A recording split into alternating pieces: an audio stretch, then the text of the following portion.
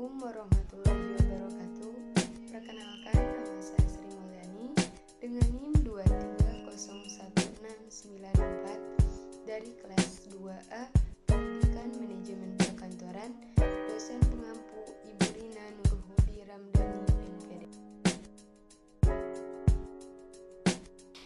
Pada video kali ini, saya akan membahas soal-soal UTS mengenai mata kuliah Psikologi Pendidikan dan Bimbingan.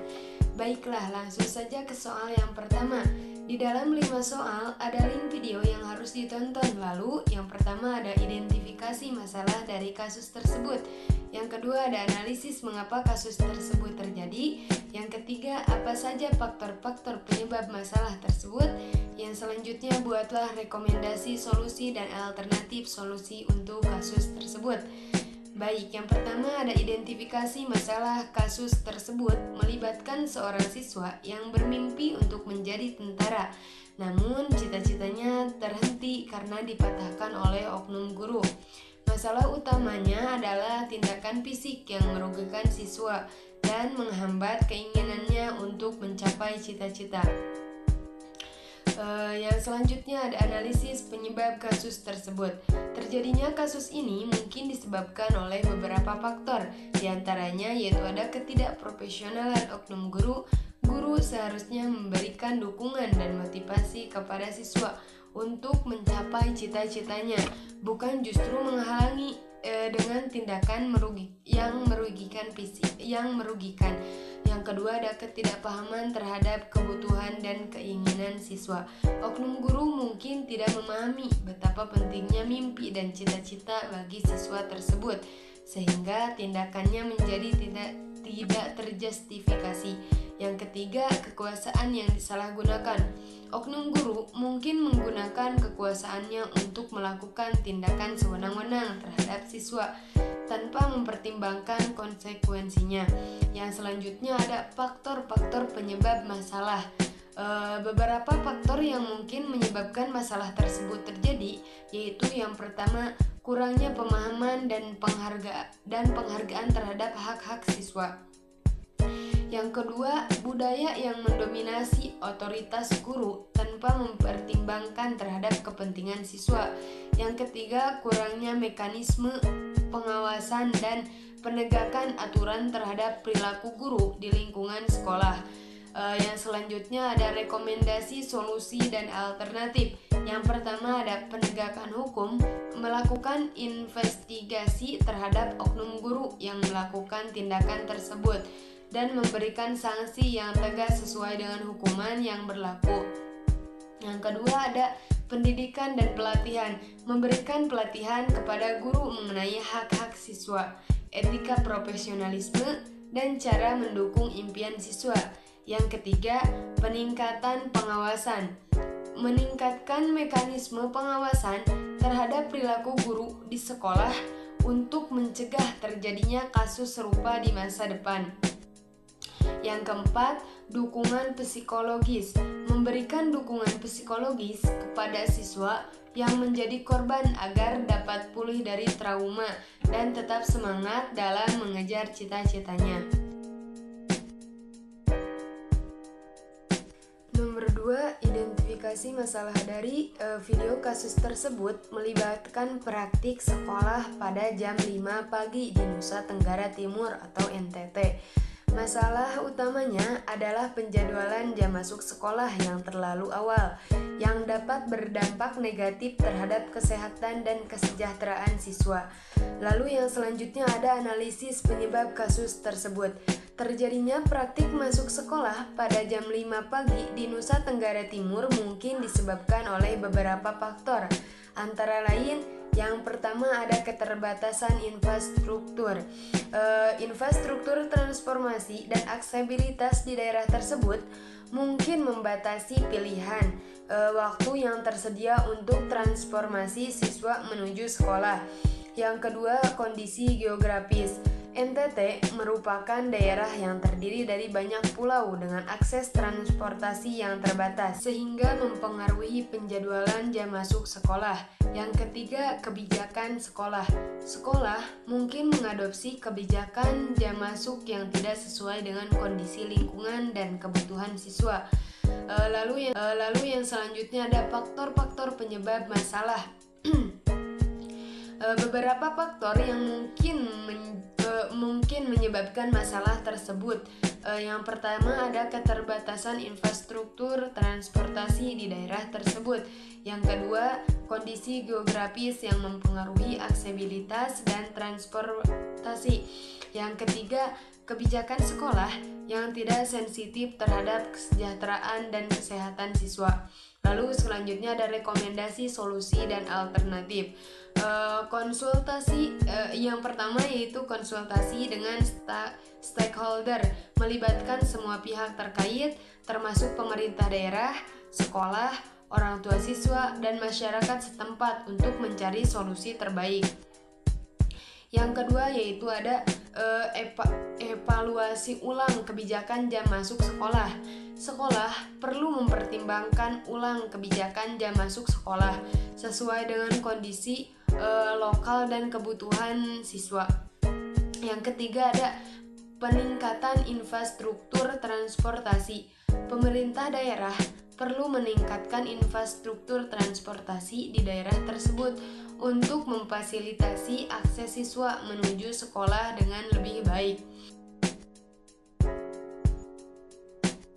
Nomor ketiga, identifikasi masalah kasus tersebut, melibatkan 2 remaja pelajar yang terlibat dalam tindakan kelitih di Magelang. Masalah utamanya adalah perilaku kekerasan dan konflik antar individu yang merugikan kedua belah pihak, serta mengganggu ketertiban masyarakat. Yang selanjutnya, analisis penyebab kasus tersebut. Terjadinya kasus tersebut, kelitih mungkin disebabkan oleh beberapa faktor. Di antaranya, yang pertama ada faktor lingkungan. Lingkungan sosial di sekitar remaja tersebut mungkin mempengaruhi perilaku mereka, seperti adanya pengaruh teman sebaya atau norma-norma yang tidak sehat terkait penyelesaian konflik. Yang kedua, ketidakmampuan menangani emosi. Remaja mungkin tidak memiliki keterampilan yang mendalam dalam mengelola emosi dan menyelesaikan konflik secara damai. Yang ketiga, kurangnya pendampingan dan pengawasan. Kurangnya pendampingan dan pengawasan dari orang tua atau tokoh masyarakat dapat memungkinkan terjadinya perilaku negatif seperti kelitih. Faktor-faktor penyebab masalah. Beberapa faktor yang mungkin menyebabkan masalah tersebut terjadi. Yang pertama ada pengaruh lingkungan sosial yang negatif. Yang kedua, kurangnya keterampilan dalam mengelola emosi dan konflik. Yang ketiga, kurangnya pendampingan dan pengawasan dari orang tua atau masyarakat. Yang selanjutnya, rekomendasi, solusi, dan alternatif. Yang pertama ada pendidikan tentang penyelesaian konflik. Melakukan pendidikan dan pelatihan kepada remaja tentang pentingnya menyelesaikan konflik secara damai dan mengelola emosi dengan baik. Yang kedua, penguatan peran orang tua.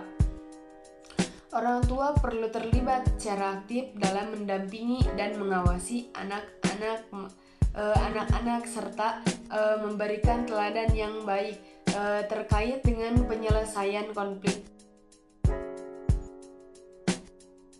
Nomor 4, dari identifikasi kasus tersebut membahas mengenai potensi disrupsi peran guru oleh teknologi ChatGPT.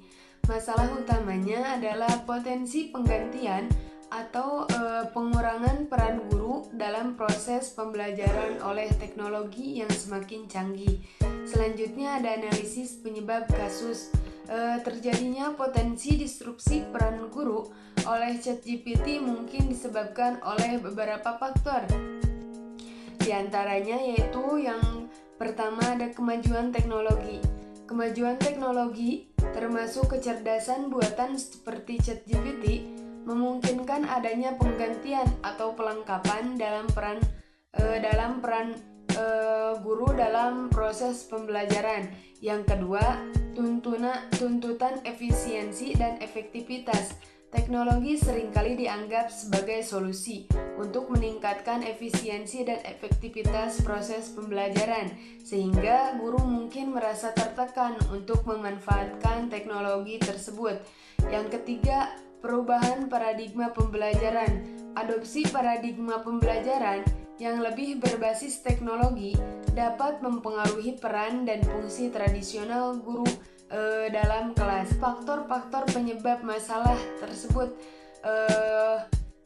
terjadi. Yang pertama, ada kemajuan teknologi yang memungkinkan adanya teknologi pengganti atau pelengkap peran guru. Yang kedua, tuntutan efisiensi dan efektivitas dalam proses pembelajaran. Yang ketiga, perubahan paradigma pembelajaran menuju teknologi sebagai pusat. Yang selanjutnya ada rekomendasi, solusi, dan alternatif. Yang pertama ada integrasi teknologi dalam pendidikan. Guru perlu dilatih untuk memanfaatkan teknologi sebagai alat bantu dalam proses pembelajaran, bukan sebagai pengganti peran mereka. Yang kedua, peningkatan kualitas pendidikan guru. Guru perlu terus meningkatkan kualitas dan keterampilan mereka agar tetap relevan dalam era teknologi yang semakin canggih ini. Yang ketiga, kolaborasi antara teknologi dan guru. Teknologi seperti ChatGPT dapat digunakan sebagai alat bantu untuk memperkaya pembelajaran. Namun, tetap dibutuhkan kehadiran dan panduan guru untuk mengarahkan proses pembelajaran secara efektif. Nomor kelima dari identifikasi masalah tersebut membahas tentang rendahnya motivasi belajar siswa yang dipengaruhi oleh kemajuan teknologi. Masalah utamanya adalah menurunnya minat dan semangat belajar siswa sebagai dampak dari kemajuan teknologi yang mempengaruhi pola pikir dan perilaku mereka. Selanjutnya, analisis penyebab kasus tersebut terjadi. Rendahnya motivasi belajar siswa yang dipengaruhi oleh kemajuan teknologi mungkin disebabkan oleh beberapa faktor. Yang pertama, akses mudah terhadap hiburan digital. Kemajuan teknologi memberikan akses mudah kepada siswa untuk mengakses hiburan digital yang mengalihkan perhatian dari belajar. Yang kedua, kurangnya penggunaan teknologi dalam pendidikan. Kurangnya integrasi teknologi dalam proses pembelajaran membuat siswa merasa kurang tertarik dan terlibat dalam pembelajaran. Yang ketiga, tantangan adaptasi. Siswa mungkin menghadapi tantangan dalam mengadaptasi diri dengan perubahan yang disebabkan oleh kemajuan teknologi, termasuk dalam hal metode pembelajaran yang baru dan berbeda. Yang selanjutnya ada faktor-faktor penyebab masalah tersebut terjadi. Mungkin disebabkan oleh beberapa faktor. Yang pertama, akses mudah terhadap hiburan digital yang mengalihkan perhatian siswa. Yang kedua, kurangnya integrasi teknologi dalam proses pembelajaran. Yang ketiga, tantangan adaptasi siswa terhadap perubahan yang disebabkan oleh kemajuan teknologi. Yang selanjutnya, rekomendasi, solusi, dan alternatif. Yang pertama, integrasi teknologi dalam pembelajaran. Menggunakan teknologi sebagai alat bantu dalam proses pembelajaran untuk membuat pembelajaran lebih menarik dan relevan bagi siswa. Yang kedua, pendidikan tentang penggunaan teknologi yang bijaksana. Melakukan edukasi kepada siswa tentang bagaimana menggunakan teknologi secara bijaksana dan produktif, serta mengenali batasan antara hiburan digital dan pembelajaran. Yang ketiga, kolaborasi antara guru dan teknologi. Mendorong kolaborasi antara guru dan pengembangan teknologi untuk menciptakan aplikasi atau platform pembelajaran yang menarik dan efektif bagi siswa. Yang keempat, peningkatan keterlibatan siswa. Mendorong partisipasi aktif siswa dalam proses pembelajaran dengan manfaat fitur-fitur interaktif dalam teknologi pembelajaran. Yang kelima, komunikasi terbuka antara sekolah, guru, dan orang tua.